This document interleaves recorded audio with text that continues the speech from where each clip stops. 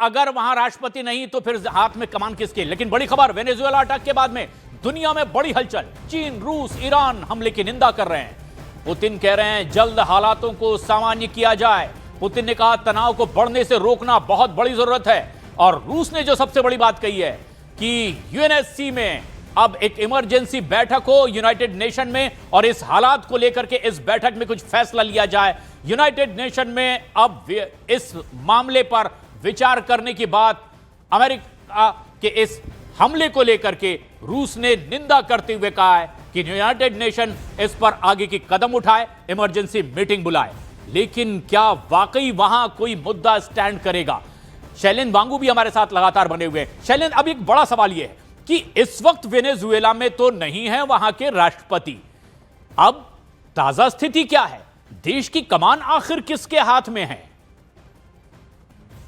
देखिए, अभी ये साफ नहीं है कि देश की कमान आखिर किसके हाथ में है, लेकिन फिलहाल जो मौजूदा वहां पर सेकंड इन कमांड होंगे, वहां के रक्षा मंत्री, माना जा रहा है कि वो फिलहाल कुछ कॉज ले सकते हैं, लेकिन उनकी सत्ता कब तक चल पाएगी देखने वाली बात होगी। लेकिन फिलहाल एक गृह जैसी स्थिति वहां पर बन सकती है, क्योंकि हमने देखा अभी अब से कुछ देर पहले जो कोलंबिया की तरफ से एक वहां के राष्ट्रपति ने जो ट्वीट किया है, जिसमें कहा गया कि बॉर्डर्स पर जो तैनाती को बढ़ा दिया गया, क्योंकि इसमें जो रिफ्यूजी इन्फ्लक्स है उस तरफ बढ़ सकता है, तो ऐसे में वहां पे हालात बिगड़ सकते हैं। लेकिन फिलहाल देखना ये होगा कि अमेरिका ने जाहिर तौर पर इसकी प्लानिंग पहले से कर रखी होगी कि अगर मादुरो को वहां से लेके जाया जाएगा तो अगले राष्ट्रपति या अगला जो सेकंड इन कमांड कौन होगा वहां पर, ये पहले से तय हो गया होगा। लेकिन फिलहाल क्लैरिटी नहीं है कि इस वक्त वहां पर किसका राज चल रहा है। लेकिन ये जरूर है कि फिलहाल मादुरो को वहां से बाहर लेके जाया गया है, और उसके बाद अब जिस तरह की आवाजें वहां उठ रही हैं कि विपक्ष के नेताओं को वहां पर बनाया जा सकता है। लेकिन फिलहाल आज शाम को जो रात को जो 9:30 बजे होने वाली प्रेस कॉन्फ्रेंस है, उससे ये साफ हो पाएगा कि आखिर अगला जो चेहरा होगा राष्ट्रपति का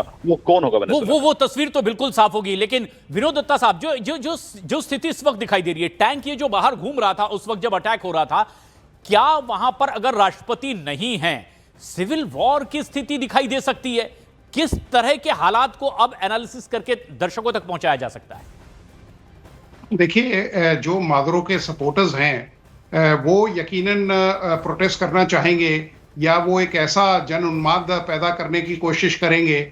तो इन हालातों को देखते हुए, क्योंकि vice president he is in charge of all the proceedings, हो सकता है कि वहां इस तरह के अगर कोई जन सैलाब आता है या इस तरह का कोई जन उन्माद होता है, तो उसको क्वेल करने के लिए ये जो डिप्लॉयमेंट किया गया है वो किया है। और ये एक बड़ी बात भी है। लेकिन इस बीच जो बड़ी खबर है कि अमेरिका ने एडवाइजरी जारी कर दी है अपने नागरिकों के लिए वेनेजुएला में ना जाएं, क्योंकि वहां हालात सामान्य नहीं हैं। और ये बड़ी खबर है, नागरिकों को वेनेजुएला जाने से रोकने के लिए एडवाइजरी जारी कर दी गई है अमेरिका की ओर से। और अपने नागरिकों को जो वेनेजुएला में मौजूद हैं वो वेनेजुएला छोड़ दें, ये एडवाइजरी अपने नागरिकों के लिए अमेरिका ने जारी कर दी है। जिनकी तैयारी थी वेनेजुएला यात्रा की, वो वहां इस यात्रा से बचें। जो इस वक्त वेनेजुएला में अमेरिकी मौजूद हैं वो वेनेजुएला छोड़ दें। लेकिन मुर्तजा, जिस तरह के हालात हैं, सब कोई कह रहे हैं कि अब शायद इससे आगे और कोई धमाका ना हो, अमेरिका को इसकी जरूरत नहीं, कोई उनके साथ आके वेनेजुएला के खड़ा हो जाए, रिएक्ट करे, इसकी कोई गुंजाइश नहीं। तो क्या स्थिति इसके बाद नहीं बिगड़ सकती? इसकी कहीं से कोई उम्मीद?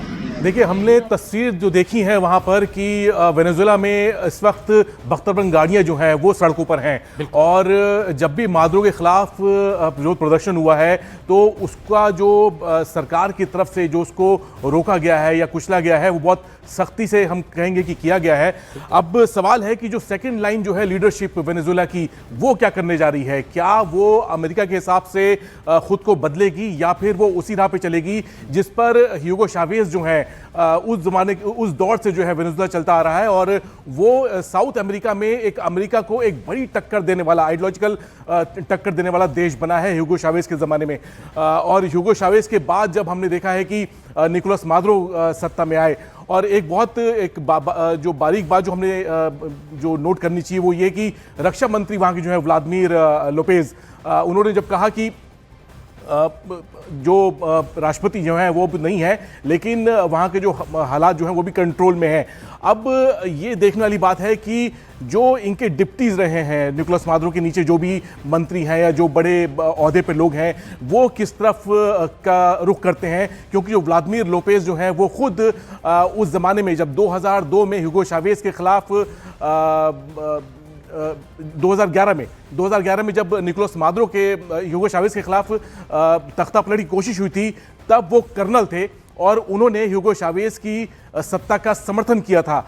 उसके बाद वो 2 साल बाद ही 2013 में वो आर्मी चीफ बना दिए गए जब निकोलस मादुरो जो है वहां के राष्ट्रपति बने, क्योंकि ह्यूगो चावेज की मौत हो गई थी।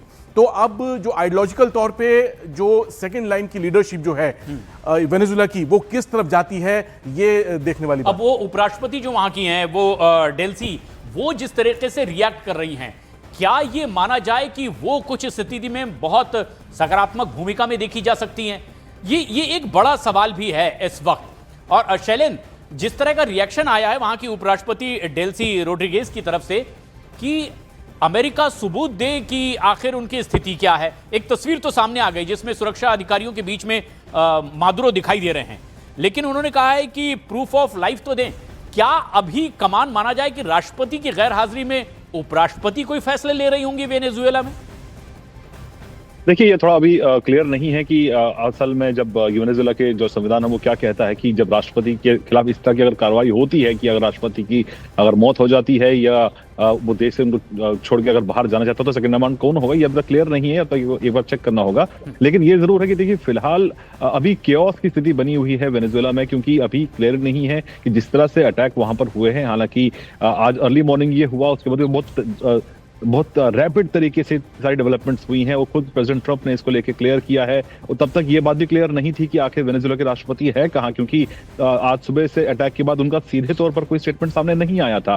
उनके सरकार की तरफ से स्टेटमेंट जारी किया गया था, लेकिन खुद मादुरो की तरफ से कोई सोशल मीडिया पोस्ट सामने नहीं आया था। लेकिन सवाल ये खड़े होने लगे कि आखिर वो है कहाँ, जिसके बाद खुद राष्ट्रपति ट्रंप ने यह साफ किया कि मादुरो को और उनकी पत्नी को कैप्चर कर लिया गया है, उनको देश से बाहर लेके जाया गया है। वो भी अब तक साफ नहीं है कि एग्जैक्टली कहां लेके गए हैं, क्या उनको आखिर अमेरिका ही लेके जाएगा या नहीं। लेकिन दूसरी अहम बात यह है कि वेनेजुएला में अब फिलहाल स्थिति क्या है ये अब तक साफ नहीं है कि अंदरूनी स्थिति वहां पर क्या है, क्योंकि इस तरह की सोशल मीडिया पोस्ट भी अब तक सामने नहीं आई है, क्योंकि वेनेजुएला में भी वो उस तरह का फ्री मीडिया नहीं है। हालांकि इस अटैक को लेकर वहां पर खूब चर्चा हो रही है वेनेजुएला की मीडिया। बड़ी असमंजस वाली स्थिति है अंतरराष्ट्रीय स्तर पर भी। विनोद दत्ता साहब, जिस तरह के हालात बने हुए अभी स्थिति पूरी तरह से बिल्कुल साफ नहीं है। बस जो ताजा खबरें आ रही है वो दर्शकों तक पहुंच रही है। हर कोई इस उलझन में है कि अब आखिर आगे क्या होगा। लेकिन जो सूत्रों के हवाले से एक बड़ी खबर आ रही है वो ये है कि वेनेजुएला में जो विपक्ष है वहां पर वो एक तरह से दावा कर रहा है सूत्रों के हवाले से कि दरअसल ये नेगोशिएटेड एग्जिट था, यानी पहले से ये नेगोशिएशन चल रहा था। नीरज के पास में कुछ ताजा जानकारी आ रही है। सबसे पहले नीरज। प्रशांत, देखिए अभी एक सवाल आप शैलेंद्र से कर रहे हैं तो उस बारे में थोड़ी सी स्थिति स्पष्ट करना चाहूँगा कि अभी वहाँ जो करंट सिचुएशन है वहाँ का वेनेजुएला का, उससे वाइस प्रेसिडेंट और वहाँ के जो डिफेंस मिनिस्टर हैं वो मैनेज कर रहे हैं। लेकिन वेनेजुएला के संविधान के मुताबिक उनका आर्टिकल 233 है, उसके मुताबिक अगर प्रेसिडेंशियल वैकेंसी होती है तो उस स्थिति में वहाँ के वाइस प्रेसिडेंट की भूमिका में होंगी। तो जो भी गवर्नमेंट कम्युनिकेशन है वो इस वक्त वाइस प्रेसिडेंट डेल्सी की तरफ से किया जा रहा है। लेकिन करेंट जो सिचुएशन है, क्योंकि डिफेंस को भी देखना है और सरकार को भी देखना है, वो दोनों देख रहे हैं, यानी वाइस प्रेसिडेंट और डिफेंस मिनिस्टर। लेकिन प्रेसिडेंट अगर गैर मौजूद हो तो वहां के आर्टिकल 233 में इस बात का प्रावधान है कि उनकी जगह वहां के उपराष्ट्रपति पूरे कार्यकाल कामकाज को देखेंगे, और वो कामकाज इस वक्त वहां के उपराष्ट्रपति कर रही हैं। तो डेल्सी रोड्रिगेज जो है इस वक्त वहां सेकंड कमांड के तौर पर, ऐसे में जबकि एब्सेंस है यहां पर प्रेसिडेंट, तो वो सारी चीजें देख रही हैं। और डेफिनेटली डिफेंस मिनिस्टर का बहुत अहम रोल है, क्योंकि मामला मारधाड़ से, रक्षा से जुड़ा हुआ है। ऐसे में वो सवाल एक बार फिर से कि विनोद दत्ता साहब, ये सवाल तो लाजमी है कि अगर वहां के अपोजिशन की ओर से इस तरह से सूत्रों के हवाले से खबर आ रही है कि दरअसल ये तो नेगोशिएटेड एग्जिट था और इसके लिए बातचीत तो पहले से चल रही थी, क्या वाकई ऐसी कोई गुंजाइश दिखाई दे रही है आपको? देखिए, इसमें इस बात की गुंजाइश नहीं है, क्योंकि देखिए मादुरो को पहले भी अमेरिका ने काफी चेतावनी दी थी और ट्रम्प साहब ने बिल्कुल स्पष्ट शब्दों में ये कहा था जी। लेकिन मादुरो बिल्कुल झुकना नहीं चाहते थे और उन्होंने ये कहा था कि हम आखिरी दम तक अमेरिका से लड़ेंगे। हाँ। तो अगर इस तरह का कोई नेगोशिएशन होता तो ये स्टेज आने की जरूरत नहीं पड़ती। लेकिन हाँ, लेकिन अगर दत्ता साहब, आपको अमेरिका बीच ने में रोककर मैं ये भी जानना चाहूंगा कि आखिर किनके दम पर वो इस तरह से झुकने को तैयार नहीं हो रहे थे? आखिर पावर में तो वो कहीं नहीं टिक रहे थे, लेकिन किसी की तो शय रही होगी। वो कौन थे? उनकी स्थिति अब क्या होगी? देखिए, ऐसा है कि सबसे बड़ा जो सरमाया है वेनेजुला का वो है तेल, ऑयल। और अमेरिका भी उस तेल के ही पीछे इतनी जद्दोजहद कर रहा है।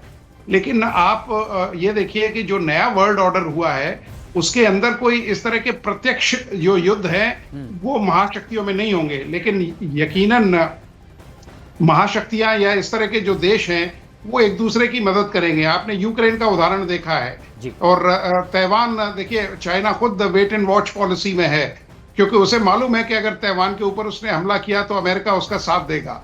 यहां भी अगर अमेरिका ने अगर और अपने जो ऑपरेशन है उनको जारी रखा तो यकीनन वहां से चाइना और रशिया का साथ इस देश को मिल सकता है। और इस तरह के बयानात तो आने ही लगे। लेकिन मुर्तजा, अंतर्राष्ट्रीय स्तर पर आपकी भी नजर है किस तरह से घमासान हो रहा है, लेकिन क्या जिस तरह का दावा अमेरिका की ओर से किया गया कि अब कोई सैन्य कार्रवाई की जरूरत पड़ेगी, उन्हें महसूस नहीं होता? आपको लगता है कि दुनिया के एक कोने में एक मोर्चा फिर से जंग का अब खुल गया है?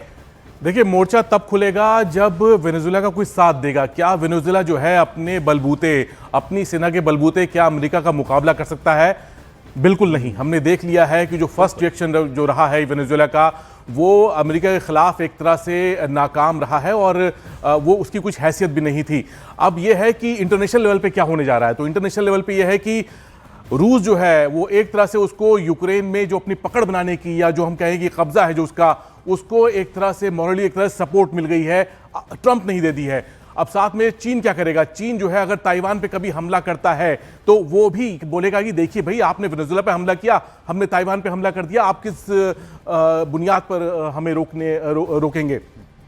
ये ऐसी बातें हैं जी। ट्रंप जो हैं वो जानते हैं कि वो खुद इस पॉलिसी का कहते हैं फॉलो करते हैं कि जिसकी लाठी उसकी भैंस, तो उन्होंने वेनेजुएला में वही काम किया है। अब वेनेजुएला के जो तेल भंडार हैं उसको लेकर मैं आपको एक फैक्ट बताना चाहूंगा कि वेनेजुएला, मुर्तजा, एक बड़ी खबर भी आ रही है इस वक्त जो हमारे दर्शक देख रहे हैं कि वेनेजुएला पर जो अटैक हुआ है, पड़ोसी देश में किस तरह की हलचल है। कोलंबिया ने सीमा पर सेना तैनात कर दी है। जिस तरह के एक्शन रिएक्शन, अब लगातार पड़ोसी देश में तनाव बढ़ गया है। अब कोलंबिया में बॉर्डर पर सेना तैनात कर दी गई है। वैसे बॉर्डर सिक्योरिटी के लिए तो सेना तैनात होती है, लेकिन जो हालात हैं वो बिल्कुल सामान्य नहीं है और इसीलिए एक्स्ट्रा एफर्ट्स लगाए जा रहे हैं कि कहीं हालात और ज्यादा ना बिगड़ जाएं। वेनेजुएला पर जो हमला हुआ है उसके बाद कोलंबिया की सीमा पर जो तैनाती सेना की है वो और ज्यादा बढ़ा दी गई है, यानी हालात बिल्कुल भी सामान्य नहीं है। तनाव लगातार बढ़ता चला जा रहा है। मुर्तजा, कंटिन्यू करें। अगर कोलंबिया इस तरह से यहां पर सेना की तैनाती, किसी तरह की कोई आशंका है क्या? देखिए, कोलंबिया के राष्ट्रपति शुरू से ही इस मामले में अमेरिका की आलोचना कर रहे थे कि अमेरिका ने अपनी करीब 10% जो नेवी है वो कैरिबियाई सागर में तैनात कर दी है और इसकी वजह से पूरे इलाके में काफ़ी तनाव फैल गया था और ये हम पिछले 1-2 महीनों से देख रहे हैं। और कोलंबिया में हमेशा इस बात की आशंका जताई गई है कि वेनेजुएला के बाद जो है वो जो नेक्स्ट टारगेट है वो कोलंबिया भी एक तरह से हो सकता है।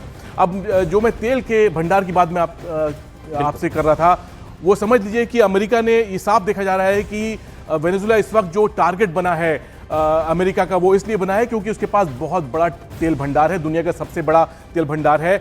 और ये इतना ज़्यादा तेल है कि अगर 3000 दिन तक अगर पूरी दुनिया के और जो रिजर्व्स हैं वो बंद कर दिए जाएं और सिर्फ वेनेजुएला से सप्लाई की जाए तो पूरी दुनिया की जरूरत वेनेजुएला पूरा कर सकता है अगले 3000 दिन तक। यानी ये एक बड़ा भंडार है। हाँ। और ये जो तस्वीर इस वक्त हमारे दर्शक बीच में देख रहे हैं, यही है डेल्सी रोड्रिगेज, यानी ये उपराष्ट्रपति हैं वेनेजुएला की। और इस वक्त अब जो वेनेजुएला का संविधान है उसके मुताबिक अब डेल्सी ही वहां पर एक तरीके से हालात को अपने हाथ में लिए हुए हैं। रक्षा मंत्री के साथ में पूरी स्थिति पर अब इनकी ही नजर है, यानी फैसला सेकंड कमांड के तौर पर अब डेल्सी लेंगे। उपराष्ट्रपति डेल्सी की भी ये तस्वीर आप देख रहे हैं। लेकिन ये एक तेजी से बढ़ता बदलता घटनाक्रम है। विनोद दत्ता साहब भी लगातार हमारे साथ बने हुए हैं, डिफेंस एक्सपर्ट। अब कोलंबिया के बॉर्डर पर सेना की तैनाती, क्या दत्ता साहब इस तरह की भी आशंका है कि अब अगला टारगेट कोलंबिया भी हो सकता है? देखिए, कोलंबिया पे अभी फिलहाल अमेरिका उस पर हाथ नहीं डालेगा, लेकिन हाँ, जैसे बताया गया है कि साहब अमेरिका की नज़र हर उस संसाधन में है, चाहे वो विश्व के किसी कोने में हो, जहां से वो उसको एक्सप्लॉइट कर सकता है। तो कोलंबिया ने ये एक जो डिफेंसिव पोस्चर अपनाया है, ये एक प्रिकॉशनरी मेजर है, क्योंकि अगर कोई ग्राउंड ऑपरेशंस होते हैं, अमेरिका लॉन्च करता है, लेकिन ये एक दत्ता साहब एक बड़ी खबर भी आ रही है कि जिस तरह की हम लोग चर्चा भी कर रहे थे आपके साथ में भी कि आखिर कमान किसके पास है। अब एक तरीके से डेल्सी ने सत्ता संभाल ली है, यानी जो सेकंड कमांड थी वाइस प्रेसिडेंट डेल्सी रोड्रिगेज, अब ये कोलंबिया की माफ कीजिए वेनेजुएला की कमान संभाल चुकी हैं और अब आगे के फैसले ले रही हैं कि आखिर वेनेजुएला को क्या करना है। दत्ता साहब, जो आप कह रहे थे कि कोलंबिया किस तरह की तैयारी कर रहा है?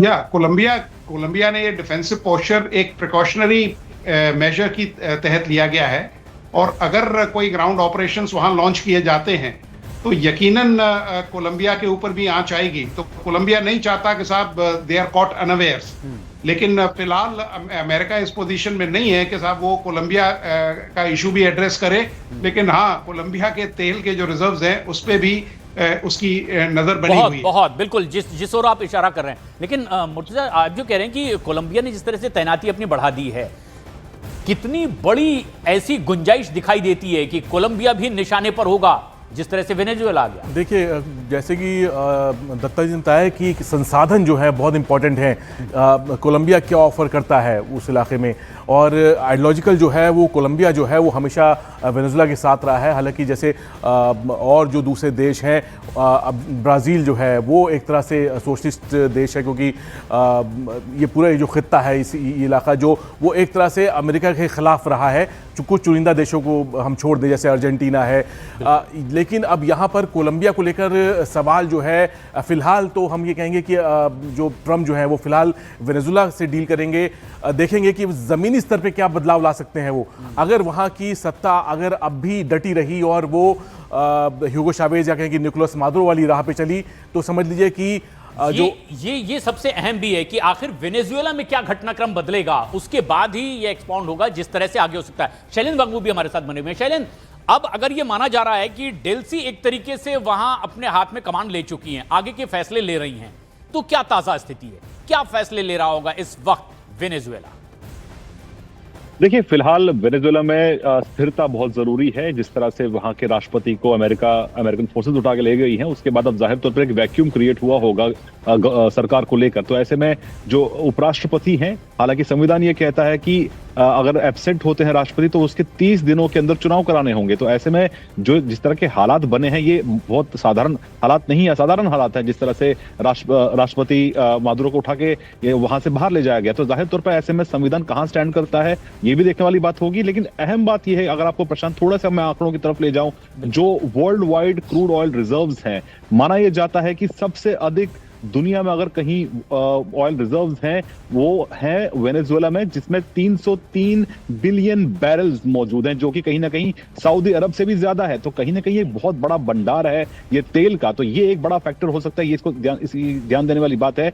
एक तरफ जहां सऊदी अरब में 260 के आसपास ये बैरल्स हैं, वहीं वेनेजुएला के पास करीब 303 बिलियन, और ये बहुत बड़ी तादाद है। ये शैलेंद्र जो आप बता रहे हैं, ये इतनी बड़ी मात्रा है कि वाकई जिस तरह के आरोप फिर ट्रंप पर लगते रहे हैं कि क्या यही बड़ी वजह थी इस पूरे घटनाक्रम की, इन धमाकों की, बात और तर्क आरोप चाहे किसी भी तरह से ड्रग तस्करी के लगते रहे। नीरज भी हमारे साथ बने हुए हैं। नीरज, अगर अब यह मान लिया जाए कि डेल्सी के हाथ में इस वक्त कमांड है, लेकिन अगर महीने भर में चुनाव करवाने की स्थिति है, अगर संविधान के हिसाब से घटनाक्रम वेनेजुएला में आगे बढ़े, तो फिर क्या स्थिति दिखाई दे रही है? क्योंकि वहां पर तो अमेरिका के भी पसंदीदा तैयार हैं कमान संभालने के लिए, पर चुनाव की स्थिति के बाद ही वो हो पाएगा। क्या ऐसा ही होगा? प्रशांत, एक जानकारी आपको देना चाहेंगे। राष्ट्रपति ट्रंप के सबसे भरोसेमंद जो विपक्ष के नेता थे, जो बीच में 2019 से 2023 तक अंतरिम राष्ट्रपति के तौर पे भी उनकी घोषणा की गई थी, वो खुद अमेरिका में, फ्लोरिडा में वो मौजूद हैं, जो हमें अंतिम जानकारी मिली है। दूसरी अहम बात की अगर ट्रंप को वहां सत्ता परिवर्तन करना होता तो फिर लड़ाई जो है, स्ट्राइक को कंटिन्यू रखते। पहले उन्होंने ये कोशिश की कि राष्ट्रपति मादुरो को वहां से हटाया जाए, तो उनका जो सेकंड लाइनर है वो तैयार है। मुझे लगता है कि आने वाले दिनों में बाकी विपक्ष के जो लोग हैं उनकी स्थिति देखनी होगी कि वो कैसे वहां की मौजूदा सत्ता के खिलाफ अपनी लड़ाई को आगे बढ़ाते हैं, क्योंकि बार बार अमेरिका की तरफ से ये तो जरूर कहा जा रहा है कि उन्होंने मादुरो के खिलाफ एक्शन इसलिए लिया है क्योंकि अमेरिका में जो ड्रग ट्रैफिकिंग है उसके लिए मुख्य तौर पर वो जिम्मेदार है। लेकिन अमेरिका की नजर अमेरिका की नजर वेनेजुएला के तेल पर है, तो ऐसे में वहां तभी आप वहां के तेल पर कब्जा कर पाएंगे जब आप वहां सत्ता परिवर्तन करें या मौजूदा सत्ता आपके पक्ष में होती हुई दिखाई दे, अमेरिकी कंपनियों को वहां इजाजत मिले, वहां की कंपनियां चीन की तरफ न बढ़े। आपको जैसे थोड़ी देर पहले हमने बताया था कि हाल में एक टैंकर जब्त किया गया था जो कि वेनेजुएला का था और वो चीन की तरफ जा रहा था, उसे अमेरिका ने जब्त किया था। तो इन सब घटनाओं को देखते हुए ये साफ है कि अमेरिका आने वाले वक्त में चाहेगा कि वहां सत्ता परिवर्तन हो, लेकिन सत्ता परिवर्तन की स्थिति, नेतृत्व परिवर्तन तो हो गया है प्रशांत, लेकिन वहां जिस पार्टी की सत्ता थी, जिनकी सत्ता थी, उन्हीं के लोग अगर सत्ता में आते हैं तो मुझे लगता है कि अमेरिका को तत्काल वो फायदा नहीं होगा जिसके लिए ट्रंप ने किया, लेकिन आने वाले वक्त में उनकी स्ट्रेटजी जरूर होगी। एक बार आपको क्रोनोलॉजी ट्रंप और वेनेजुएला की समझाना चाहते हैं प्रशांत, मादुरो और ट्रंप की समझाना चाहेंगे। पिछली बार यानी पहले कार्यकाल में ट्रंप जब आए थे तो 2017 में सबसे पहले उन्होंने आलोचना शुरू कर दी। 2018 में वेनेजुएला में चुनाव होता है जिसमें मादुरो की जीत होती है। उसके बाद ट्रंप की तरफ से उन पर इनाम घोषित किया जाता है और ये इनाम की राशि पहले $15 मिलियन थी, जो अंततः जाकर $50 मिलियन हो गई। और दूसरे कार्यकाल के पहले वर्ष में, यानी एक साल भी पूरा नहीं हुआ है प्रशांत अभी ट्रंप का, और उन्होंने ये बड़ा कदम उठाया है वेनेजुएला के खिलाफ। तो पहले कार्यकाल में जो शुरू किया था ट्रंप ने, उसे दूसरे कार्यकाल के पहले साल में उन्होंने खत्म करने का काम किया है मादुरो के खिलाफ कार्रवाई करके। अब वेनेजुएला में किस तरह से वो वहां की व्यवस्था को परिवर्तन करते हैं, वो देखना एक बड़ा सवाल भी है नीरज। यही एक बड़ा सवाल भी है कि आखिर उनकी मंशा क्या है। सत्ता परिवर्तन, वहां के संसाधनों पर कब्जा, जिस तरह के आरोप उन पर लगते रहे। लेकिन शैलेंद्र, जो सबसे बड़ी बात है अब वो ये कि वहां से मादुरो को हटाना, क्या सिर्फ इतना ही मकसद था, या फिर पसंदीदा मारिया की अगर हम बात कर रहे हैं तो वो कितने दिन में हो पाएगा, या फिर डेल्सी जिस तरीके से अभी कमान संभाल चुकी है तो इट्स ओके बोलकर स्थिति ऐसी ही चलती रहेगी। अब आगे क्या शैलेंद्र? देखिए, बिल्कुल प्रशांत, अभी असमंजस की स्थिति बनी हुई है वहां पे। अभी ताजा जो बयान वेनेजुएला से आ रहे हैं उसमें ये कहा जा रहा है कि जो वहां की आर्मी है वही तय करेगी कि आगे क्या होना है, वहां पर आखिर रूल किसका होगा। क्योंकि अभी जिस तरह से जो एक्शन अमेरिका की तरफ से हुआ है, ये एक लिमिटेड एक्शन था जिसमें मादुरो को वहां से उठा के बाहर लेके गए हैं, लेकिन उसके बाद वहां पर सेकंड कमांड को लेकर क्लैरिटी नहीं है।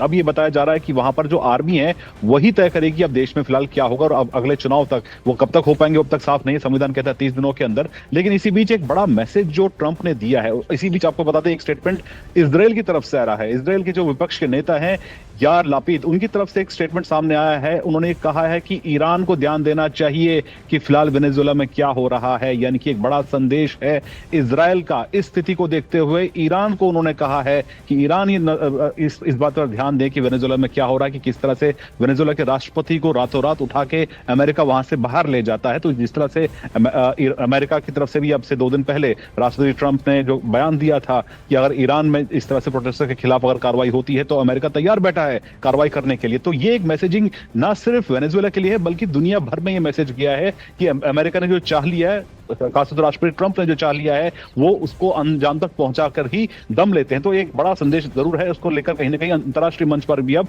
चर्चा शुरू हो चुकी है। लेकिन अब इस बीच एक और खबर आई है कि काराकास में, यानी कि वेनेजुएला में, वहां पर पुलिस और सेना से जो घिरे हुए हैं न्याय मंत्री डियोसदादो काबेलो, इन्होंने कहा है कि सोई हुई जनता पर विश्वासघाती और घिनौना हमला किया गया, कायराना हमला किया गया जनता जब सो रही थी, लेकिन शांति बनाए रखने की भी अपील की जा रही है। अब मुर्तजा, जिस तरीके से वहां तमाम लोग कह रहे हैं कि हालात कंट्रोल में रहें, मतलब लगता नहीं कि किसी तरह से बड़ा रिएक्शन वेनेजुएला की ओर से होगा, ऐसी कोई तैयारी अंदरूनी तौर पर चल रही हो? देखिए, वेनेजुएला की जो ताकत है ज़मीन पर, वो अगर लड़ सकती है तो अपनी ज़मीन पर लड़ सकती है, और उसके पास ऐसी ताकत नहीं है कि वो युद्ध को अमेरिका के पाले में ले जाए। हाँ। वो अगर कल को ये होता है कि वेनेजुएला में हालात बिगड़ते हैं, वहाँ पे सिविल वॉर की नौबत आती है, क्योंकि वहाँ पे विपक्ष जो है वो लगातार हावी होने की कोशिश करता रहा है मादुरो पे, और वहाँ की जो विपक्ष की नेता जो हैं मारिया कोरिना मचाडो, उनको जो है ट्रंप का समर्थन लगातार मिलता रहा है, और मचाडो खुद लगातार बोलती रही हैं कि बहुत ज़रूरी है कि निकोलस मादुरो की सत्ता को उखाड़ कर फेंक दिया जाए। तो अब इस तरह की हमने तलखी देखी है वहाँ पर सत्ता में और विपक्ष के बीच में, और मचाडो को लेकर जो है वो पहले भी इस तरह के जो बयान जो हैं वो वहाँ पर ये कहा गया है कि भाई वेनेजुएला में बहुत ही जो विपक्ष जो कर रहा है वो एक तरह से अमेरिका के हाथों में खेल रहा है। तो अब आगे विपक्ष क्या करने जा रहा है, क्या वो इस हालात को इसका फ़ायदा उठाकर क्या सड़कों पर उसके समर्थक उतरेंगे, और क्या वहाँ पर ऐसे हालात ख़राब होंगे कि आर्मी का कमांड स्ट्रक्चर टूट जाए, क्या ऐसा हो सकता है? तो ये सब देखने वाली बात होगी। लेकिन फिलहाल तो शांति बनाए रखने की ही अपील हर कोई कर रहा है, वो वेनेजुएला के भीतर ही, चाहे वो उपराष्ट्रपति वहाँ की हों या फिर वहाँ के न्याय मंत्री, रक्षा मंत्री की ओर से कहा जाए। लेकिन विनोद दत्ता साहब, जिस तरह से ईरान की ओर बड़ी उम्मीद भरी निगाहों से वो लोग देख रहे हैं जो वेनेजुएला के पक्ष में खड़े दिखाई देते हैं, कहीं से कोई गुंजाइश आपको दिख रही है कि ईरान रिएक्टिव हो जाएगा अब इस स्थिति में?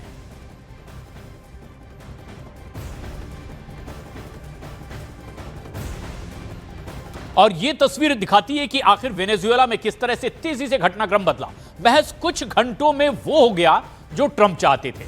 पहले तो टारगेटेड स्ट्राइक की गई खास जगहों पर, और उसके बाद उन धमाकों के बाद, और वो धमाके भी तब हो रहे थे जब चीन के डेलीगेशन के साथ शेक हैंड कर रहे थे, बातचीत कर रहे थे, आगे की रणनीति बना रहे थे वेनेजुएला के राष्ट्रपति निकोलस मादुरो। लेकिन उन्हें शायद इसका जरा भी अंदेशा नहीं था कि पलक झपकते बस आगे के कुछ घंटों में ऐसा कुछ हो जाएगा जिसकी उन्होंने कल्पना भी नहीं की। आखिरकार धमाके हुए, अमेरिका की ओर से गिरफ्तार कर लिया गया, और अब अमेरिका में उन पर आगे का केस चलेगा। $5 करोड़ का इनाम भी, सबसे बड़ा इनाम घोषित था इन पर। इतने बड़े आरोप वेनेजुएला के राष्ट्रपति मादुरो पर लगे थे। लेकिन अब शैलेंद्र, जो सबसे बड़ा सवाल है वो ये ही कि क्या इस बीच सिर्फ शांति इसके आगे कायम रहे, इसी ओर हर कोई कोशिश करेगा, या वेनेजुएला के पक्ष में आकर कोई रिएक्टिव हो जाएगा और सबकी निगाहें ईरान की तरफ है?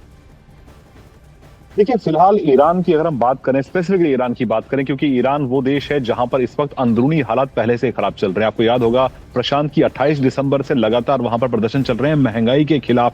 वहां पर जो महंगाई दर है वो 50% को पार कर चुकी है, और वहीं साथ ही साथ जो इकोनॉमी है वो डूबती जा रही है। और ऐसे में पिछले 3 दिनों से लगातार ईरान के अंदर ही वायलेंस चल रहा है, और इसी बीच जो ईरान के सुप्रीम लीडर है, ये कहीं से भी हालात नहीं कि कोई रिएक्शन की स्थिति बनेगी। लेकिन बड़ा घटनाक्रम, निकोलस मादुरो को गिरफ्तार कर लिया गया अमेरिका की ओर से, अमेरिका लाया जाएगा, क्रिमिनल केस इन पर चलेगा। तमाम जो हमारे साथ जुड़े रहे, आपकी बेशकीमती राय हमारे दर्शकों तक पहुंचे, शुक्रिया आपका बहुत बहुत। घटनाक्रम पर नजर बनाए रखें, अपडेट न्यूज़ 18 इंडिया पर।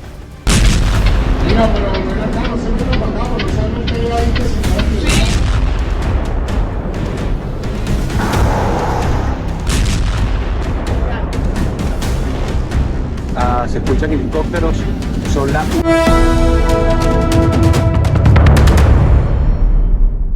बहुत बड़ी अंतर्राष्ट्रीय खबर है इस वक्त की। वेनेजुएला के राष्ट्रपति मादुरो को पकड़ लिया गया है। राष्ट्रपति अमेरिका के ट्रंप ने अंतर्राष्ट्रीय स्तर पर यह सबसे बड़ी खबर दी, ऐलान किया। तस्वीरें आप देख रहे हैं, वेनेजुएला के राष्ट्रपति